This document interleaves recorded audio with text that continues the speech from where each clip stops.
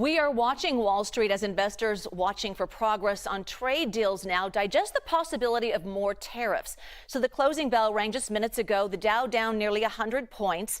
So let's take a look at our interactive stock market heat map brought to you by FinViz. It shows the top 500 stocks. Netflix, Warner Brothers, and other big names in entertainment, they landed in the red after President Trump called for a 100% tariff on all movies produced outside of the United States. So let's bring in CBS News correspondent Carter Evans live in Los Angeles to kind of break it all down. Hi, Carter.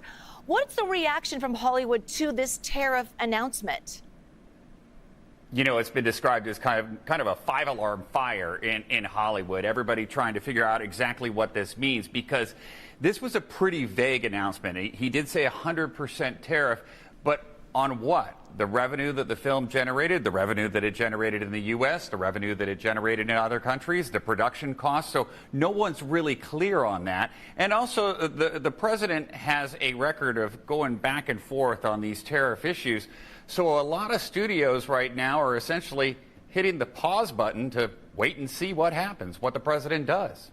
Yeah, and it's not just foreign filmmakers that could be impacted. A lot of American movies are made abroad. So walk us through the potential impacts. It's kind of a gray area. Right. So think about a movie like Mission Impossible. I mean, that's a movie that's shot all over the world, and not necessarily because it's cheaper to shoot in other countries, as it is in some cases, but because of the backgrounds there. That needed to be shot around the world. So what happens to a film like that's making billions of dollars? Is the tariff on the billions and the profit? So that's kind of what people are really concerned about here.